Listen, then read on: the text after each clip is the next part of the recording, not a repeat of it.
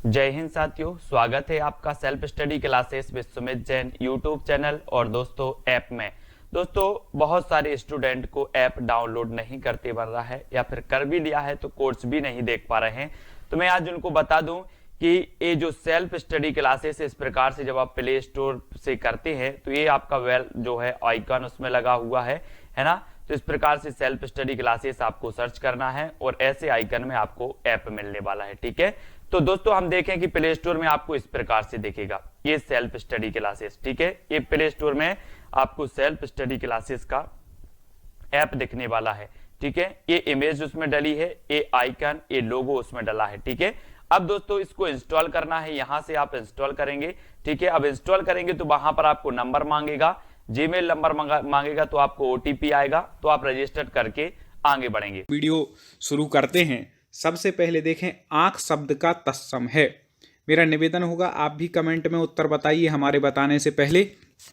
आंख शब्द का तत्सम है। ठीक है, तत्सम क्या कहलाते हैं कि संस्कृत भाषा से बहुत से शब्द जो संस्कृत से थे हिंदी में आ गए, तो जैसे संस्कृत में थे वैसे ही वो हिंदी में है, उनको कहते हैं तत्सम। और जो बदल गए हिंदी में आते आते संस्कृत से, उनको कहते हैं तद्भव। ठीक है, आगे और विषय समझाएंगे।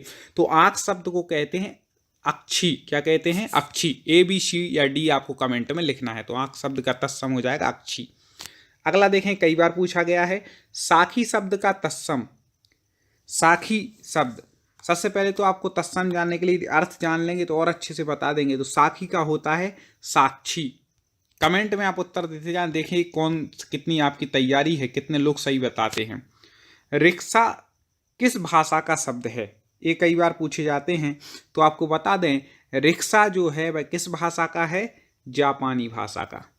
आप तो याद रख लीजिएगा रिक्शा कहाँ से आया था? जापान से। बस इतना याद रख लीजिएगा जिससे आपको पता चल जाए कि रिक्शा जापानी भाषा का शब्द है। एक और बात बता दें कि आपने हमारे चैनल को तो सब्सक्राइब कर ही लिया होगा, क्योंकि सब्सक्राइब करना बहुत ज़रूरी है, जिससे कि आपको प्रत्येक वीडियो का नोटिफिकेशन मिलता रहे। चाहे आप हिंदी की तैयारी कर रहे हों और चाहे संस्कृत की, हमारे चैनल पर पूरे व्यवस्थित आपको वीडियो मिलेंगे, इसलिए आप इस चैनल से जुड़े रहें। तो अगला देखें, उत्थान शब्द में कौन सा उपसर्ग है? उत्थान में तो आपको बता दें, उत्थान को पहले आप विकसित कर लें। उत प्लस थान, तो कौन सा उपसर्ग हो जाएगा? उत। उत किसने नंबर पर दिया है? सी दिया है, ए बी सी डी में से सी। आगे बढ़ते हैं दोस्तों। निम्नलिखित शब्दों में से कौन सा शब्द उपसर्ग रहित है? याद रखिएगा, उपसर्ग रहित पूछ रहा है, सहित नहीं। कई बार पेपर में जल्दी में कुछ भी लगा के और आ जाते हैं। रहित मतलब जिसमें उपसर्ग नहीं है, उपसर्ग शब्द के पहले लगते हैं। तो अपमान एक यहाँ पर दिया है, एक दिया है अपना, आवरण और अपकीर्ति। जल्दी से कमेंट में उत्तर बताइए। तो आपको बता दें अपमान में अप उपसर्ग है, आवरण में आ उपसर्ग है और अपकीर्ति में भी अप उपसर्ग है। तो अपना क्या उपसर्ग से रहित है? क्योंकि आ अलग हो जाएगा, आ उपसर्ग है नहीं। पना, पना ये कोई शब्द होता नहीं, इसलिए ये सही हो जाएगा। अब देखें संधि। संधि की वैसे ट्रिक तो हमने बताई दी, सबको बहुत पसंद आई। बहुत सारे लोगों ने उस पर कमेंट भी किया है कि सर ऐसी ट्रिक अभी तक नहीं देखी। आप भी चैनल की प्लेलिस्ट में जाके देख लें। संधि एक लाइन में आपको पहचानना आ जाएगी। महर्षि में कौन सी संधि है? ठीक है, तो आपको बता दें कि महर्षि का जो संधि विकसित होता है वह होता है महा प्लस ऋषि। ठीक है, इससे मिलकर के क्या बनता है? महर्षि। तो इसमें स्वर संधि है। अब स्वर संधि में कौन सी स्वर संधि है, ये आपको कमेंट में लिख करके बतलाना है। ये आपको स्वयं सर्च करना है, बतलाना है। अगले वीडियो में चाहे मैं बता दूंगा यदि आप पे नहीं बनता है तो। ठीक है, अगला देखें। अगला है स्वागतम। स्वागतम में कौन सी संधि है? तो आपको बता दें कि हमने ट्रिक भी बताई थी कि या, रा, ला या बा, इस शब्द के पहले कोई आधा शब्द लगा हो तो वहाँ पर यण संधि होती है। तो यहाँ पे बा के पहले आधा सा लगा है, इसलिए कौन सी संधि है? यण संधि, यण स्वर संधि। ठीक है, तो आपको बता दें इसका संधि विकसित होगा सु प्लस आगतम। ठीक है, तो क्या बन जाएगा? स्वागतम। इस प्रकार से इसका विच्छेद हो जाएगा। आगे देखते हैं, निम्नलिखित शब्दों का शुद्ध संधि विच्छेद चुनिए। आप हमारे इन प्रश्नों को पढ़ें। मैं कोशिश करता हूं कि एक प्रश्न के साथ आपको 2-3 प्रश्न कवर करा दूं। जैसे मैंने विच्छेद भी बता दिया और संधि भी, तो ये इससे आपको सही रहता है। अब देख लें जगदीश का संधि विच्छेद क्या होगा। तो जगत धन ईश, इसका क्या हो जाएगा, संधि विच्छेद हो जाएगा। क्या हो जाएगा, जगत धन ईश, ये संधि विच्छेद हो जाए। अब संधि कौन सी होगी, तो आपको बताया था कि प्लस के इस तरफ जब कोई भी हलंत वर्ण हो, हलंत मतलब ये जो चिन्ह लगा है ना ताकि नीचे आधा कर देता है, आ अलग हो गया, तो ये कहलाता है हलंत। तो प्लस के इस तरफ जो हलंत हो या मतलब इस तरफ व्यंजन हो, तब कौन सी संधि होती है, व्यंजन संधि होती है। तो यहाँ पर जगदीश में कौन सी संधि हो जाएगी, व्यंजन संधि। किसी में भी आप इसको लगा लीजिएगा। अब देखते हैं महोत्सव का संधि विच्छेद बताना है। महोत्सव का ए बी सी या डी, जल्दी से कमेंट में आप उत्तर दें कि महोत्सव का सही संधि विच्छेद क्या होगा। तो आपको बता दें, इसका हो जाएगा महा प्लस उत्सव, महा प्लस उत्सव, इससे मिलकर के क्या बना, महोत्सव। कौन सी संधि हो जाएगी, तो आपको बता दें गुण संधि। कौन सी संधि हो जाएगी, गुण संधि, क्योंकि मैंने आपको बताया था कि जब एक मात्रा एक ही मात्रा हो या फिर एक ओ की मात्रा हो, एक मात्रा ऊपर लगी होनी चाहिए, मतलब आपको क्या लगा करके आना है, गुण संधि वहां पर लगा करके आनी है। तो महोत्सव में कौन सी संधि हो जाएगी, गुण संधि। अब देखें यशोदा, यशोदा, यशोदा में जो है वह कौन सी संधि है, वह आपको बतलानी। इसका संधि विच्छेद क्या हो जाएगा यशोदा का, तो यशाह प्लस दा, तो यहाँ पर विसर्ग का क्या हो गया, ओ हो गया, यशाह प्लस दा, तो विसर्ग का क्या हो गया, ओ हो गया। तो कौन सा क्या बन जाएगा, यशोदा। इसका याद रखिएगा, विसर्ग का ओ होना, इस नियम को विसर्ग संधि के अंतर्गत आ जाएगा यशोदा, याद रखिए, क्योंकि वहां पर विसर्ग है। निम्नलिखित शब्दों में प्रयुक्त समास, संधि और समास दो ऐसी चीजें हैं कि आपने समझ ली ना, तो याद रखिएगा कि आपके किसी भी एग्जाम में कम से कम 4 नंबर पक्के हो गए। और इन दोनों के वीडियो ही ट्रिक के साथ हम अपने channel top 50 study YouTube channel पर लेकर के आए। हम जाएं प्ले लिस्ट में जाके इनको देख लें। आगे देखें, निम्नलिखित शब्दों में प्रयुक्त समास का नाम बताना है। सप्ताह, सप्ताह मतलब सबसे पहले आ रहा है सप्त शब्द, सप्त मतलब संख्यावाची। तो हमने बताया था कि संख्यावाची दिगु, मतलब पहला शब्द जहां पर संख्यावाची हो वहां पर दिगु समास होता है। तो इसका डी उत्तर ठीक हो जाएगा। जितने में हम व्याख्या बताते ना उतने में आपको कमेंटों में उत्तर बतला देना है। आगे देखते हैं रोग पीड़ित, मतलब रोग पीड़ित। अब ये समास बताइए कौन सा समास है, तो इसका अपन विच्छेद कर ले एक बार। रोग से पीड़ित, किससे होता है पीड़ित व्यक्ति, रोग से पीड़ित होता है। तो यहां पर हो जाएगा डी, रोग से पीड़ित, ठीक है। और तृतीय तत्पुरुष इसको अपन बोल सकते हैं, ठीक है। यदि उसका भी अपन को भेद बताना है तो तृतीय तत्पुरुष आप इसको बोल सकते हैं। आगे देखें, कर्मधारय समास निम्नलिखित में से किस शब्द में है। कर्मधारय आपको बताना है कि जो इतने शब्द दिए हैं उसमें से किस शब्द में कर्मधारय समास है। तो कर्मधारय समास में विशेषण विशेष स्वभाव होता है, मतलब एक विशेषण होता है, विशेषण के द्वारा विशेष की विशेषता बतलाई जाती है। तो जैसे यहाँ पर देखें नीलोत्पले दिया है, तो नील उत्पल, ठीक है। तो ये नीले से किसकी विशेषता बता रहे हैं, उत्पल की विशेषता बतला रहे हैं, या नील कमल इत्यादि जो आ जाते हैं। तो ये किस कर्मधारय समास का उदाहरण क्या हो जाएगा, सी, उपमान उपमेय भाव या विशेषण विशेष भाव जहां पर होता है। अब द्वंद्व समास आ गया। द्वंद्व समास निम्नलिखित में से किस शब्द में है। तो हमने बताया था द्वंद्व समास में आपस में दो शब्दों में द्वंद्व होता है, या तो ये विपरीतार्थक होते हैं, कैसे होते हैं, विपरीतार्थक होते हैं अधिकतर द्वंद्व समास में। तो आप सीधे ही देख लेंगे त्रिनेत्र तो कहीं विपरीतार्थक नहीं, पीताम्बर में भी नहीं, घनश्याम में नहीं, जय पर आ जाए है, सीधा आप लगा लें। मैं कह रहा हूं गारंटी से, यदि आप हमारे पूरे हिंदी व्याकरण के वीडियो देख लें तो आपको कहीं कोई दिक्कत आने वाली नहीं है। कैसा भी आपका हिंदी व्याकरण का प्रश्न आ जाए, बस ये है कि थोड़ा सा आप टाइम निकालिए, वीडियो को देखिए, सुनिए, और उसके लिए आपको चैनल का सब्सक्राइब करना बहुत ज़रूरी है। और प्ले लिस्ट में जा करके जो आपके वीडियो छूट गए हैं वो भी देख लीजिए। अगला देखें, दिगु समास निम्नलिखित में से किस शब्द में है। अब देखें, फिर हमने बोला था आपसे कि पहला शब्द क्या होना चाहिए, संख्यावाची। तो 4 में से कौन सा आपको संख्यावाची दिख रहा है, तो आपको बता दें चौराहा, मतलब 4 राहों का समूह।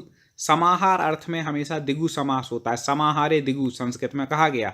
संस्कृत के तो पूरे वीडियो हमारे चैनल पर मिलेंगे, चाहे पेडागोजी हो चाहे व्याकरण, वो भी आप देख लें। तो समाहारे दिगु मतलब समाहार के अर्थ में, तो 4 राहों का समूह क्या हो जाएगा, चौराहा, दिगु समास।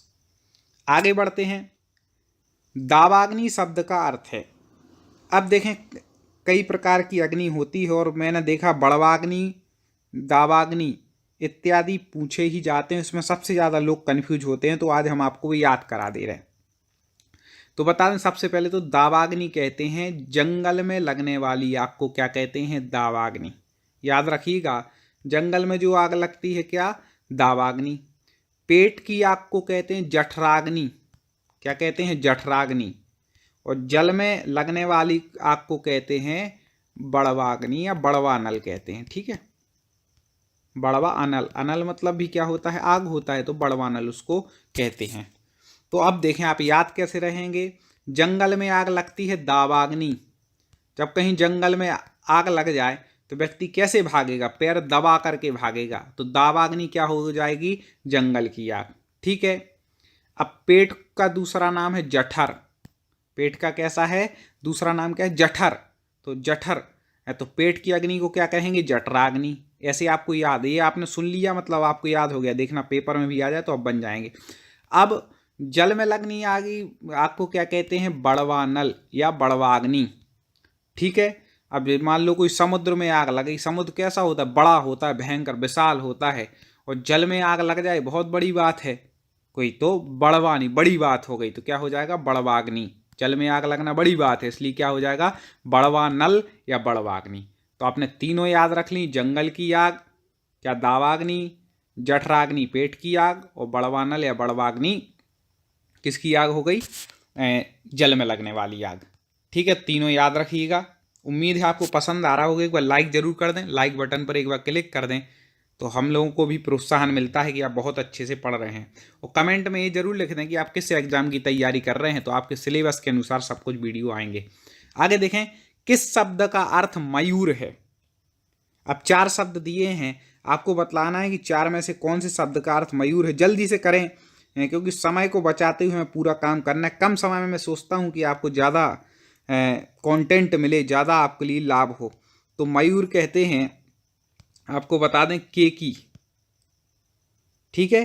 केकी को क्या कहते हैं, मयूर कहते हैं। एक हमने लाइन पढ़ी थी, केकी कंठ समान छवि, मतलब केकी मतलब मयूर, ठीक है। तो इस प्रकार से यहाँ पर आप याद रख सकते हैं, केकी, केकी मतलब मयूर, मयूर मतलब मोर, ये और याद रख लें नहीं तो भूल जाएं। अब देखें, पुरंदर शब्द का प्रयोग किसके लिए होता है।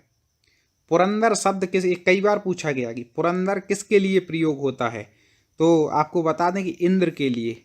इंद्र के लिए शक्र भी कहते हैं, याद रखिएगा, और पुरंदर भी कहते हैं, और इंद्र भी कहते हैं, और देवराज भी कहते हैं। तो पुरंदर किसके लिए प्रयुक्त होता है, इंद्र के लिए, ठीक है। आगे बढ़ें। प्रश्न दोस्तों वो ही हैं जो परीक्षाओं में पूछे जाते हैं, इसी टाइप के प्रश्न आते हैं।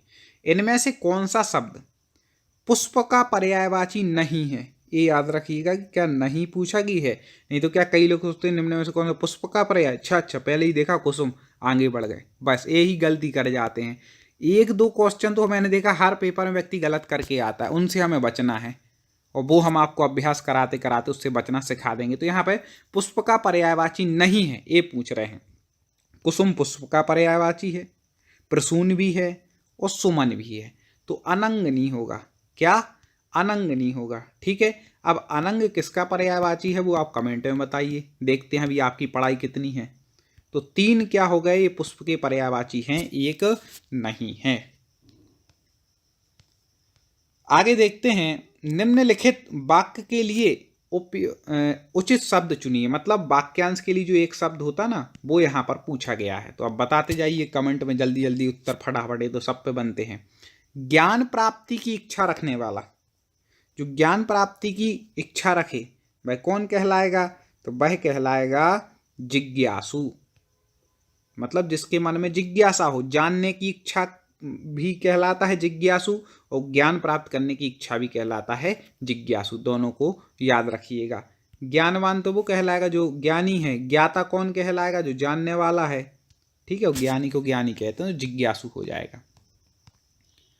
आगे देखें, सबसे ज्यादा पूछा जाने वाला प्रश्न आ गया वाक्यांश के लिए एक शब्द, जो किए गए उपकार को ना मानता हो।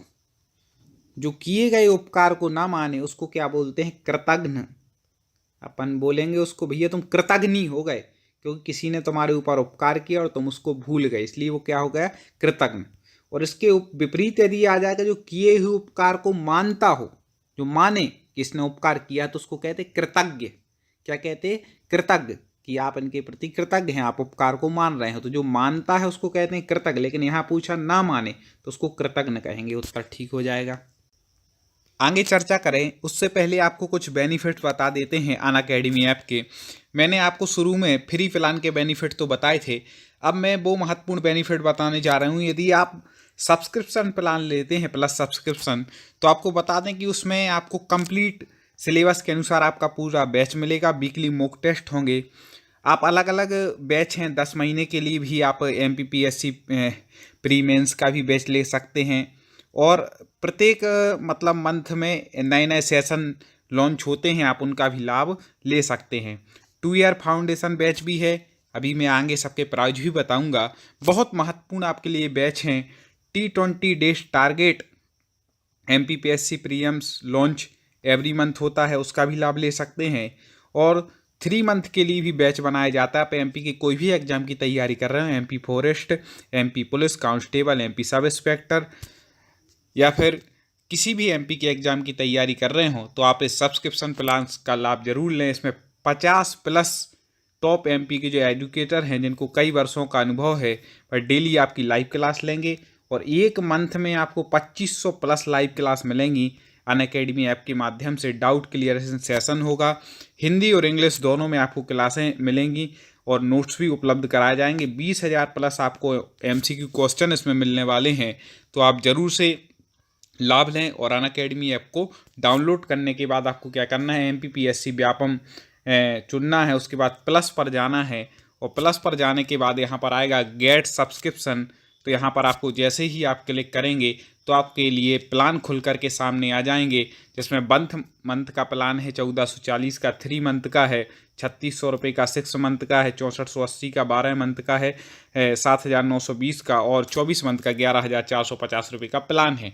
आप कोई भी प्लान लें, यदि आप चाहते हैं कि हमें कुछ छूट मिले तो आपको 10% डिस्काउंट विशेष रूप से दिया जा रहा है। आपको रेफरल कोड याद रखना है, सुमित जैन, उसको जैसे ही आप डालेंगे तो आपको 10% का डिस्काउंट मिलेगा। आप फ्री लाइव क्लासेस कोर्स का आनंद ले सकते हैं, अपने डाउट क्लियर कर सकते हैं और जिस एग्जाम की तैयारी कर रहे हैं उसको क्रैक कर सकते हैं। आगे देखते हैं, आगे बढ़ते हैं।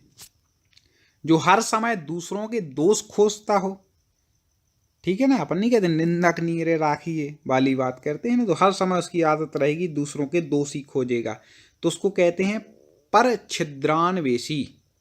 पर मतलब दूसरों के, छिद्रान्वेषी मतलब छोटे छोटे दोषों को भी, अन्वेषी मतलब अन्वेषण करता है, देखता रहता है वैसे इसमें क्या गलती कर रहे। तो याद रखिएगा, पर मतलब दूसरों के, छिद्र मतलब छोटे छोटे भी, अन्वेषी मतलब खोजना, अन्वेषण करना, तो पर छिद्रान्वेषी कहते हैं। कौन, किसको, जो दूसरों के दोष खोजता हो। पर निंदक तो दूसरों की निंदा करता हो, वो कहलाएगा। आलोचक भी वो ही कहलाएगा। सर्वनिंदक जो सबकी वो करे, निंदा करे। तो यहाँ पर छिद्रान्वेषी मतलब दूसरों के दोष खोजने वाला।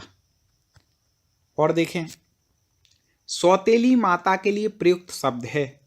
सौतेली माता के लिए आप सभी लोग जानते हैं कि क्या कहा जाता है, तो उसके लिए कहा जाए विमाता।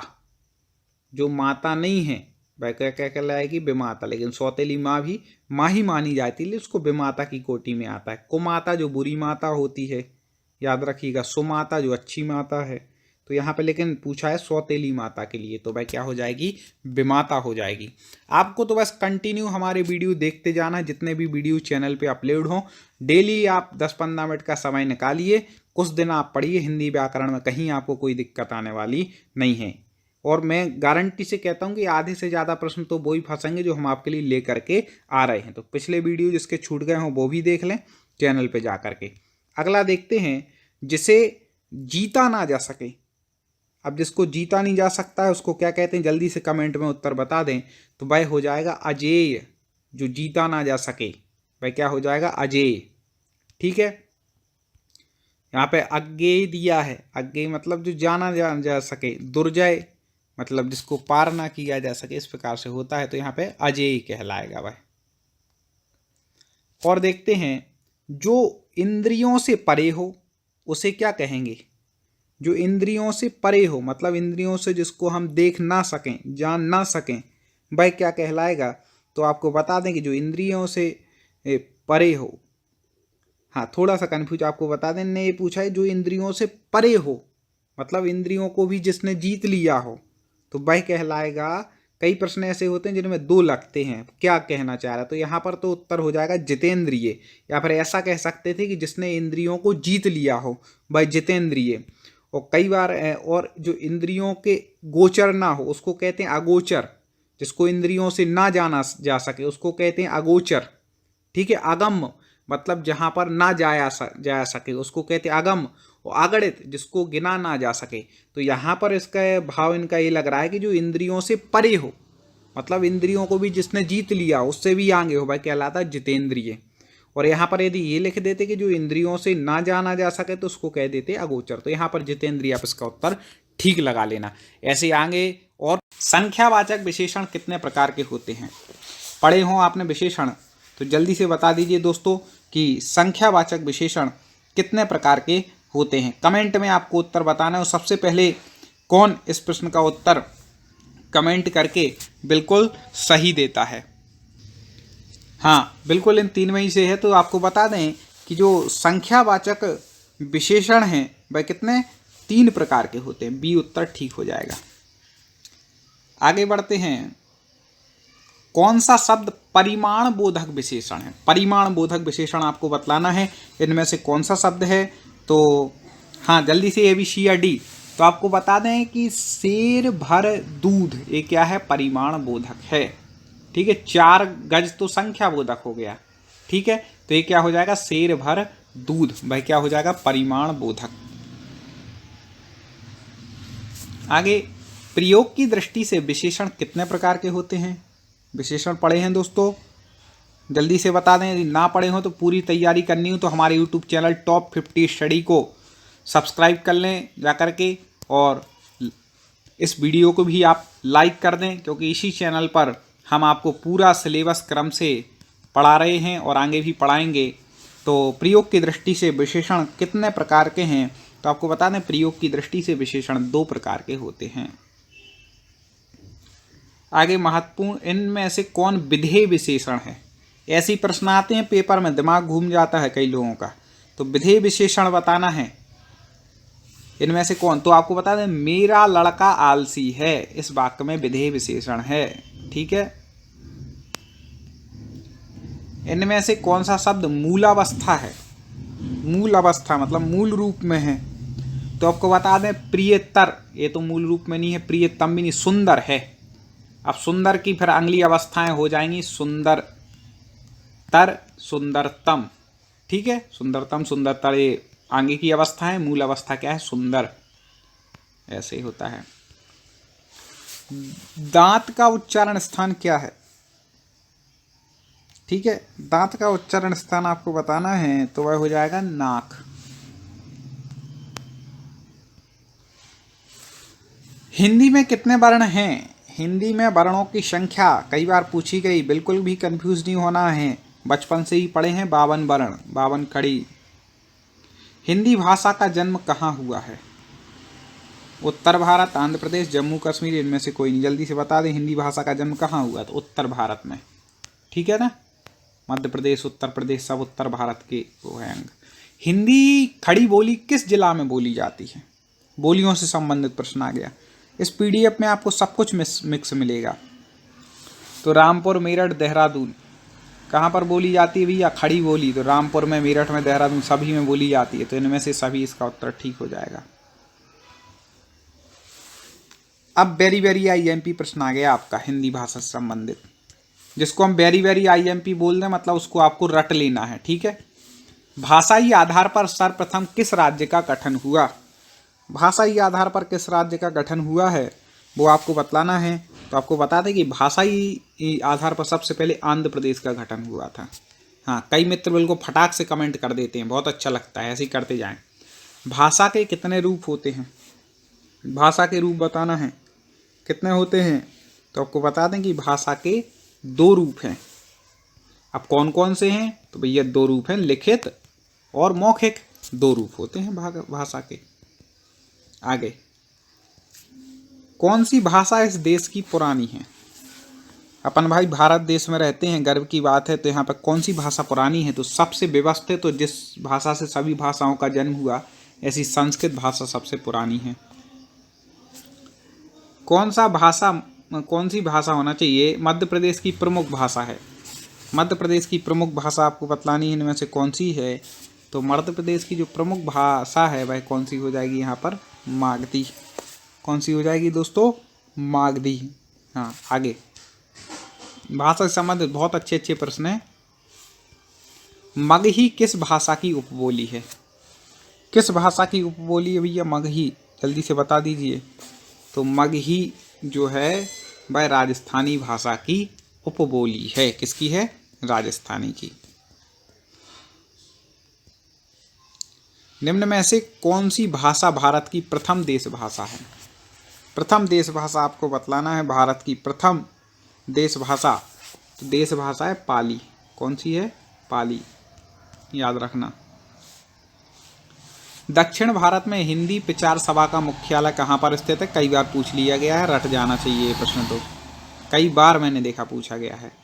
तो दक्षिण भारत में जो हिंदी भाषा का मुख्यालय है वह कहाँ पर है? चेन्नई में, याद रखिएगा। हिंदी भाषा किस लिपि में लिखी जाती है? रट ही जाना चाहिए, हिंदी की तैयारी कर रहे हैं तो हिंदी भाषा देवनागरी लिपि में लिखी जाती है। संस्कृत कौन सी में लिखी जाती है? संस्कृत भी देवनागरी लिपि में लिखी जाती है। ठीक है, याद रखिएगा दोनों। निम्न में से कौन सी भाषा देवनागरी लिपि में लिखी जाती? 4 भाषाएं दी हैं यहाँ पर। अब ये भी इनमें चारों में से भी देवनागरी लिपि में कौन सी भाषा लिखी जाती है? जल्दी से बता दें। तो सिंधी तो लिखी नहीं जाती, तो ब्राचड़ में होती है। उड़िया भी नहीं लिखी जाती है, गुजराती भी नहीं। हाँ, मराठी जो है देवनागरी लिपि में लिखी जाती है। उच्चारण में वायु प्रक्षेप की दृष्टि से व्यंजनों के कितने प्रकार हैं? वायु प्रक्षेप की दृष्टि से व्यंजनों के प्रकार बताना है तो आपको बता दें 2 प्रकार हैं। ठीक है, वर्णमाला का वीडियो हमारा देखना हो तो देख सकते हैं। ता ध्वनि का सही उच्चारण स्थान क्या है? ता, मैंने आपको पहले ही बताया था कि ता वर्ग जो है वह दंत से बोला जाता है। बोल करके देखो, ता, था, दा, धा, ना, दोनों दांत आपस में मिल रहे, इसलिए क्या हो गया? दंत हो गया। ऐसे आप बोल करके लगा सकते हैं। वा का उच्चारण स्थान क्या है? तो संस्कृत में हमने पढ़ा है कि बकारस दंतोष्ठम। ठीक है, संस्कृत की भी यदि आपको तैयारी करनी हो तो हमारे YouTube चैनल टॉप 50 स्टडी पर पूरे वीडियो आपके संस्कृत के संधि, समास, उपसर्ग, प्रत्यय, पूरी व्याकरण प्रैक्टिस सेट, 150 प्रश्नों का महाव्यास, सब कुछ आपको मिल जाएगा, तो आप तैयारी कर सकते हैं। तो हमने बताया वकारस दंतोष्ठम, तो दंतोष्ठ क्या हो जाएगा? वाक का उच्चारण स्थान हो जाएगा। आगे, महेंद्र का संधि विच्छेद। हमारी ट्रिक आप यहाँ पे लगा लें, संधि जिसने पढ़ी होगी कि एक मात्रा है मतलब गुण संधि। ठीक है, अब इसको अपन तोड़ लेते हैं। तो महा मतलब महान है, प्लस इंद्र जो, तो महान इंद्र है जो, वह कौन हो जाएगा? महेंद्र। तो एक मात्रा लगी है, मतलब यहाँ पर कौन सी संधि पूछ लेता? तो गुण संधि यहाँ पर हो जाती। ठीक है, वीडियो को लाइक जरूर करना दोस्तों यदि प्रश्न पसंद आ रहे हो, आपको समझ में आ रहा हो। आगे, निम्न में से दंत ध्वनि कौन सी है? दंत मतलब जिसका उच्चारण स्थान दंत हो। अभी हाल हमने बताया था भाई कि कौन सा वर्ग पूरा का पूरा दंत है, तो ता वर्ग जो है दंत है। तो ता, था, दा, धा, ना, ये सारी कैसी हैं? दंत ध्वनि है। उच्चारण स्थान बिल्कुल रट लीजिए आप पूरे। निम्न में से कंठ ध्वनि कौन सी है? कंठ मतलब जिनका उच्चारण स्थान कंठ है। तो पहला जो वर्ग है वो कंठ का है, क वर्ग। अब इनमें से क वर्ग का आप देख लो, का तो है नहीं, तो का, खा, गा, घा, गा, घा क वर्ग के हैं। प्रत्येक वर्ग में कितने वर्ण होते हैं? 5 वर्ण होते हैं। कितने होते हैं? प्रत्येक वर्ग में 5 वर्ण होते हैं। तो यहाँ पर क वर्ग का क्या उच्चारण स्थान हो जाए? गा और घा। दोस्तों, बहुत सारे स्टूडेंट को ऐप डाउनलोड नहीं करते बन रहा है, या फिर कर भी लिया है तो कोर्स भी नहीं देख पा रहे हैं। तो मैं आज उनको बता दूं कि ये जो सेल्फ स्टडी क्लासेस इस प्रकार से जब आप प्ले स्टोर से करते हैं तो ये आपका वेल जो है आइकन उसमें लगा हुआ है ना। तो इस प्रकार से सेल्फ स्टडी क्लासेस आपको सर्च करना है और ऐसे आइकन में आपको ऐप मिलने वाला है। ठीक है, तो दोस्तों हम देखें कि प्ले स्टोर में आपको इस प्रकार से दिखेगा ये सेल्फ स्टडी क्लासेस, ठीक है। ये प्ले स्टोर में आपको सेल्फ स्टडी क्लासेस का ऐप दिखने वाला है, ठीक है। ये इमेज उसमें डली है, ये आइकन, ये लोगो उसमें डला है, ठीक है। अब दोस्तों इसको इंस्टॉल करना है, यहां से आप इंस्टॉल करेंगे, ठीक है। अब इंस्टॉल करेंगे तो वहां पर आपको नंबर मांगेगा, जीमेल नंबर मांगेगा, तो आपको ओटीपी आएगा, तो आप रजिस्टर करके आगे बढ़ेंगे।